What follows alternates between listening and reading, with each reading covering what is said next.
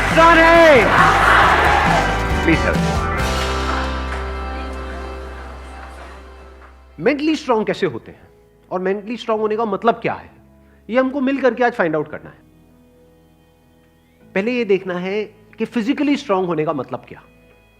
Sir physically strong को कह सकते हैं कि जिसके पास स्ट्रेंथ, स्टेमिना और एंड्योरेंस तीनों हो तो उसे फिजिकली फिट कह। Excellent point, let's give big hand for him.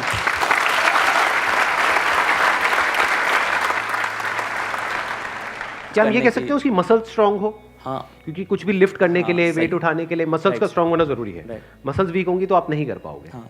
है ना। जो ओवरऑल स्ट्रक्चर है उसमें बोन्स भी आ गई, मसल्स भी आ गई, वो स्ट्रांग होनी चाहिए, उसको हम फिजिकल स्ट्रेंथ बोल सकते हैं। अभी यही फंडे जो हम फिजिकल में देख रहे हैं, इसी को मेंटली देख करके और फिर समझने की कोशिश करेंगे स्टेप बाय स्टेप कि उसका मतलब क्या। कि फिजिकल स्टेमिना तो हमको समझ आता है कि फिजिकली हम जल्दी ना थके। कोई बंदा है उसने थोड़ा बहुत काम किया एकदम से थक गया तो इसका मतलब फिजिकली स्ट्रांग नहीं है। जैसे बहुत लोग होते हैं, जैसे ही अपनी फिजिकल ट्रेनिंग करते हैं, कुछ भी करते हैं, हल्का सा भी दर्द होता है तो छोड़ देते हैं, छुई मुई टाइप के, है ना। तो बड़ा दर्द हो रहा है, भाई दर्द नहीं होगा तो बनेगी कैसे, है ना। Right sir. तो हल्का सा भी कुछ होता है तो छोड़ देते हैं, एंड्योर नहीं कर पाते हैं पेन को। Yes sir. तो पेन को एंड्योर करने की जितनी हमारे अंदर पावर है उसको हम एंड्योरेंस बोल सकते हैं। सर मेरे हिसाब से फिजिकली स्ट्रांग होने का मतलब ये है कि सबसे बड़ी चीज़ ये है कि बीमारियों से दूर होना चाहिए उसे। अगर मतलब कई बार ऐसा होता है कि हमें फिजिकली स्ट्रांग दिख रहा है पर्सन, बट वो होता नहीं है। यानी कि एक बंदा हो सकता है वो फिजिकली हमको स्ट्रांग बाहर से दिख रहा हो और वेट भी बहुत अच्छा लिफ्ट कर रहा हो, और लेकिन उसकी इम्यूनिटी वीक हो। Yes sir. तो हम कह सकते हैं अंदर से वो बंदा कितना स्ट्रांग है। यानी कि जो भी डिजीजेज है, मतलब जो भी बीमारियां हैं, उनसे लड़ने की उसके अंदर कितनी पावर है उसकी बॉडी के अंदर। Yes sir. एक तो फिजिकल पावर, एक है उसकी इम्यूनिटी हम बोल सकते हैं। Yes sir.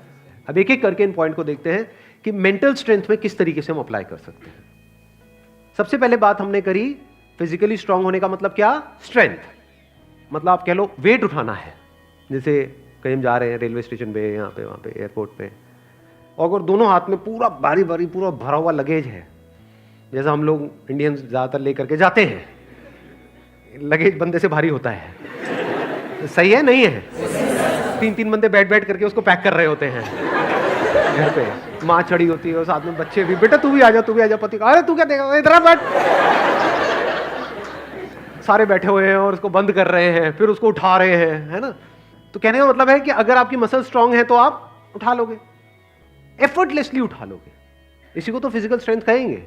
एक है बहुत एफर्ट लगा के आपको कुछ छोटा सा काम करना पड़ रहा है, एक है बहुत बड़ा काम भी आप कर रहे हो बिना किसी एफर्ट के।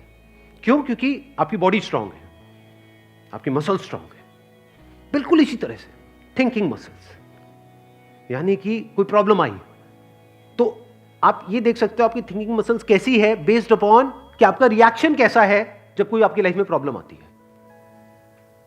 तीन सिचुएशंस हैं यहां पे, तीनों को एक एक करके देखते हैं। एक है कोई बड़ी प्रॉब्लम आई हमारे सामने और हमने अपने हथियार डाल दिए और हम एकदम से परेशान हो गए, तो हम क्या कहेंगे, हमारी मेंटल मसल्स कैसी है, वीक है। मतलब बिल्कुल ऐसा हो गया कि लगेज थोड़ा सा भारी है तो लगेज भारी है, मैं नहीं उठाऊंगा। अरे भाई अपने आप को स्ट्रांग कर, मैं आगे ट्रैवल नहीं करूंगा। क्यों? क्योंकि लगेज भारी है, मैं तो यही रहूंगा, बस स्टैंड पे ही रहूंगा, मैं नहीं जाऊंगा। आप हंस रहे हो लेकिन ऐसे हम करते हैं लाइफ में। कोई बड़ी प्रॉब्लम आई तो हम क्या करते हैं, अपने हथियार डाल देते हैं, मतलब वी गिव अप, फेस ही नहीं करते हैं उस प्रॉब्लम को। ऐसी कोई प्रॉब्लम नहीं है जिसका सॉल्यूशन ना हो इस दुनिया में। अगर प्रॉब्लम है तो सॉल्यूशन भी है, बट सॉल्यूशन तक पहुंचने के लिए we need thinking muscles. We need to think a lot in the right direction. और ये राइट डायरेक्शन और रॉन्ग डायरेक्शन क्या है? राइट डायरेक्शन मतलब solution oriented approach, wrong direction मतलब प्रॉब्लम ओरिएंटेड अप्रोच, कि हम प्रॉब्लम में ही जाकर के स्टक हो गए हैं, बस उससे आगे बढ़ ही नहीं रहा है हमारा दिमाग। इसको हम कह सकते हैं मेंटली हमारी जो मसल्स हैं वो वीक है, मेंटली हम वीक है। दूसरा सिनेरियो क्या है, कोई प्रॉब्लम आई, उससे हम लड़े और लड़ने के बाद में बहुत एफर्ट लगाया, बहुत दिमाग लगाया, बहुत मेहनत करी, लड़े और जीत गए, मतलब उस प्रॉब्लम का हमने सॉल्यूशन निकाल लिया। क्या हम कह सकते हैं कि आप मेंटली बहुत स्ट्रांग हो? नो। व्हाई?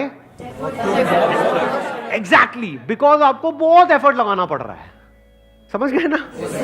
हाँ, जैसे कोई बैग उठाना है तो बहुत एफर्ट लगाना पड़ रहा है जी, दोनों हाथ लगा दिए और ये घसीट घसीट के जा रहे हो और पहुंच गए, कह रहे हो हाँ मैं तो ये, मैं तो वो। भाई कुछ नहीं, तेरी कमर में लचक आ चुकी है, the second scenario is better than the first scenario but not as good as the third scenario. Third scenario क्या है? बड़ी से बड़ी भी कोई प्रॉब्लम आई हमारी लाइफ में, हम पहले ही उसके लिए तैयार थे और ऐसे सॉल्यूशन निकल के आ गया। मतलब वो प्रॉब्लम जो दुनिया के लिए बहुत बड़ी है, जिसको देख करके लोग डरने लग जाते हैं, वो प्रॉब्लम आपके सामने आई, ऐसे सॉल्यूशन निकल गया, एफर्टलेसली काम हो गया। यानी एक बैग आपके पास में है 50 किलो का, ऐसे उठा लिया हल्के में। मतलब लोगों को देखने में लग रहा है कि अरे बैग तो बहुत हल्का है। बैग हल्का नहीं है, उस बंदे में दम है। तो कैसे लाइफ की मुश्किल से मुश्किल प्रॉब्लम्स को भी आप आसान से आसान बना सकते हो? कितना आसान बना सकते हो कि ऐसा लगे अरे इस बंदे को तो कोई एफर्ट ही नहीं करना पड़ रहा है। उसी को तो कहेंगे मेंटल स्ट्रेंथ, मेंटली स्ट्रांग होना।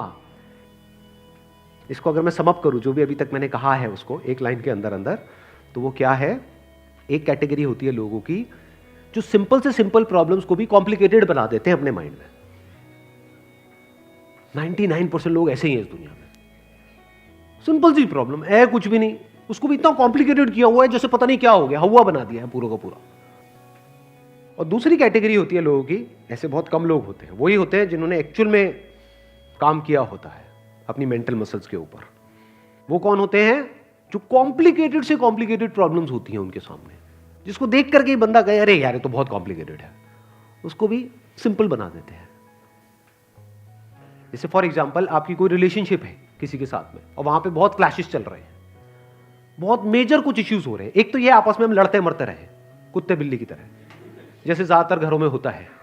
उसका कोई सोल्यूशन निकल पाएगा कभी भी? नहीं। तो हमें क्या करना होगा? समझना होगा इस रिलेशनशिप में प्रॉब्लम है क्या। अज्यूम नहीं करना है पहले से कि प्रॉब्लम उसमें है या प्रॉब्लम मुझ में ही है। ये भी एक विक्टिम मेंटालिटी होती है, मेरे में ही कमी है, वो तो सब सही है बस मेरे में ही कमी है। ये भी बड़ी गंदी मेंटालिटी होती है, विक्टिम मेंटालिटी। या फिर तुझ में प्रॉब्लम है, मैं सही हूं तू गलत है।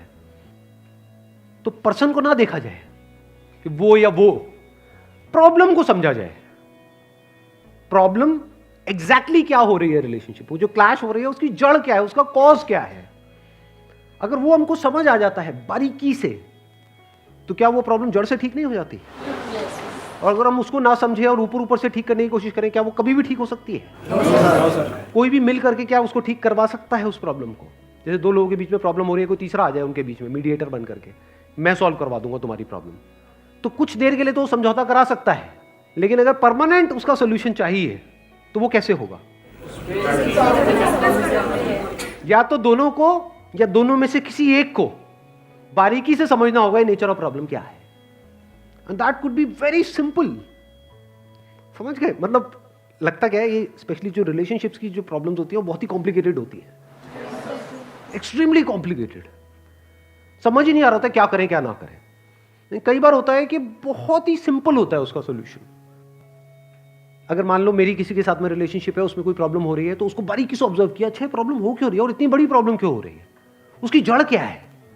तो जब जड़ तक गया तो मैंने देखा कि अच्छा मैं कुछ इस तरह से बोलता हूं जहां से पूरा खेल शुरू होता है। अगर मैं ये ना बोलूं तो, और इसकी जगह ये बोल दूं तो, क्या खेल अलग डायरेक्शन में नहीं चला जाएगा? दोनों का अंडरस्टैंडिंग होना बहुत जरूरी है।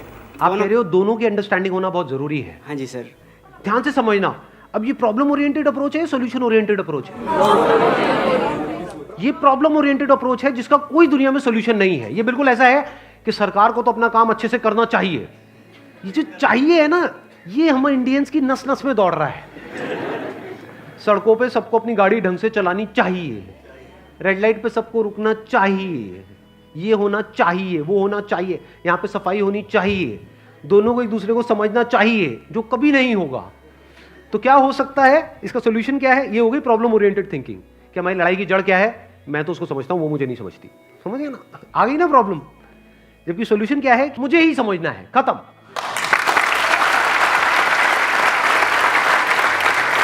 Thank you so much for coming.